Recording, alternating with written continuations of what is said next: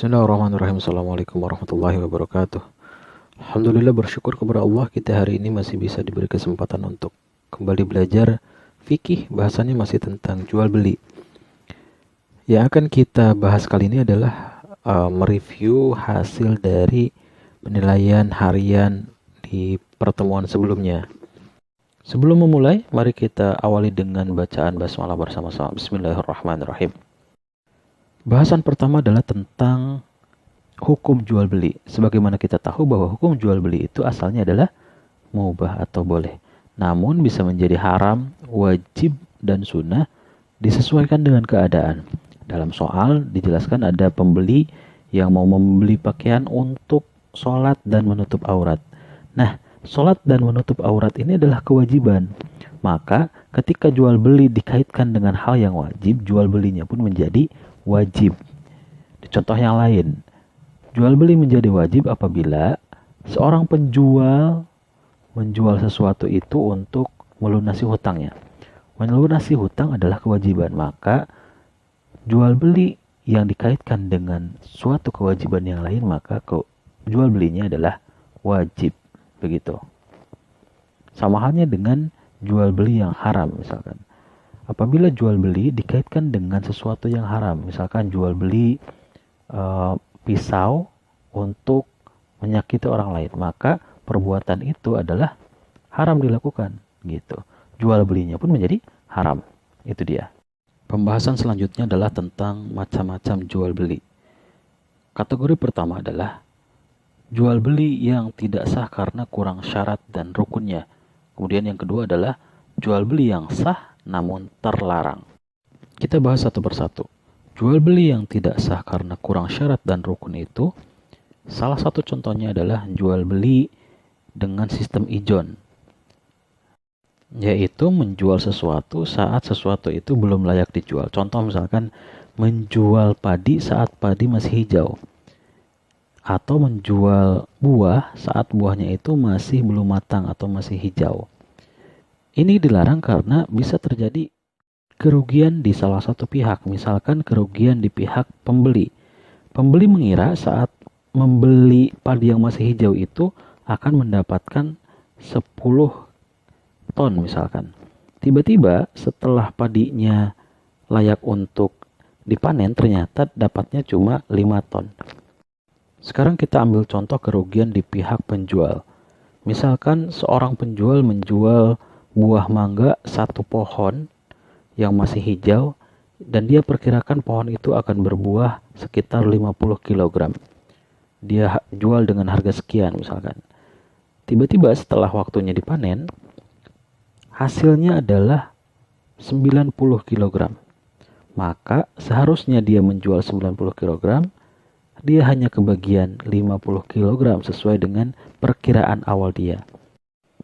Jual beli ini tidak sah karena tidak memenuhi salah satu syarat dari barang yang akan diperjualbelikan. Apa syarat itu? Syarat yang kelima yaitu barang itu harus diketahui oleh kedua belah pihak kadarnya.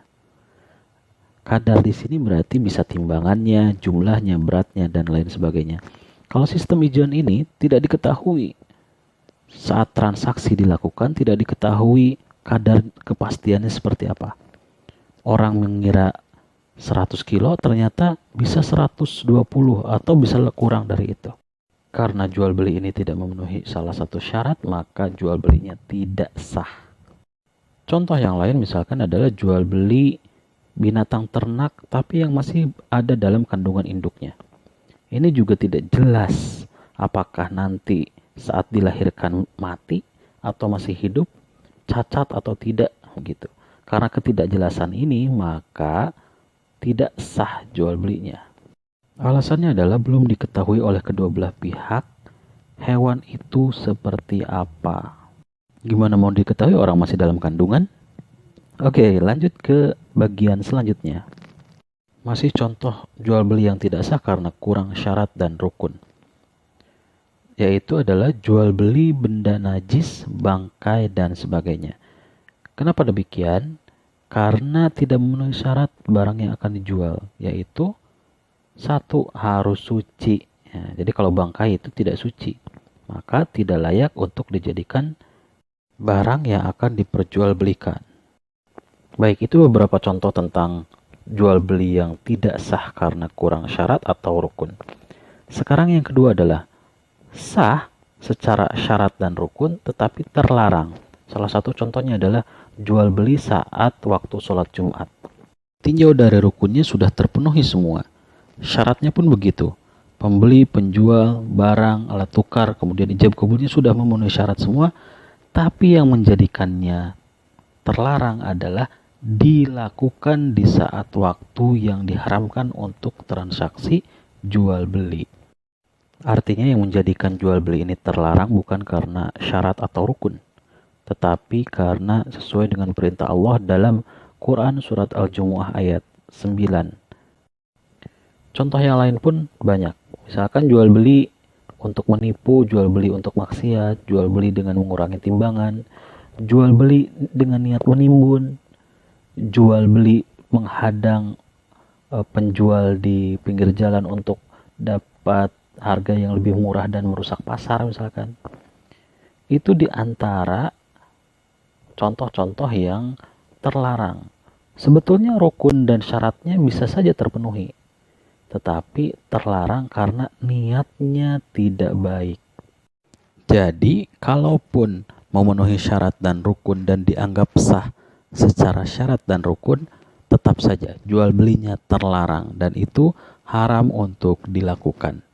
Jadi kalau dibedakan, jual beli yang tidak sah itu adalah tidak memenuhi syarat dan rukun. Kalau jual beli yang sah namun terlarang adalah jual beli yang memenuhi syarat dan rukun namun dilarang sesuai dengan ketentuan Allah dan Rasul-Nya. Semoga bagian ini bisa difahami ya. Harapannya kita bisa mempraktekkan transaksi jual beli yang lebih baik dan sesuai dengan syariat Islam.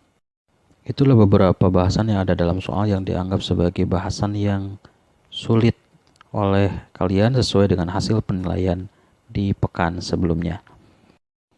Untuk pembahasan atau bahasan-bahasan yang lain, bisa kalian simak kembali penjelasan materi di pertemuan-pertemuan sebelumnya, karena di sana ada jawaban yang bisa kalian dapatkan untuk menjawab pertanyaan-pertanyaan yang tidak dibahas di pertemuan kali ini. Setelah ini kalian bisa mulai untuk mempelajari tentang khiyar, ada khiyar majlis, syarat, dan aibi sebagai persiapan untuk kita bahas di pertemuan-pertemuan selanjutnya.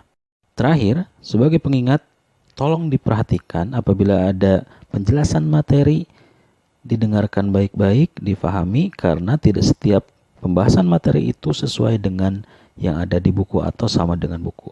Bisa jadi ada tambahan-tambahan yang dirasa perlu dan itu ada dalam soal. Jadi kalau kalian, Pak, ini soalnya nggak ada di buku, bisa jadi ada di penjelasan. Itu ya, itu saja. Terima kasih. Assalamualaikum warahmatullahi wabarakatuh. Sampai jumpa di lain kesempatan.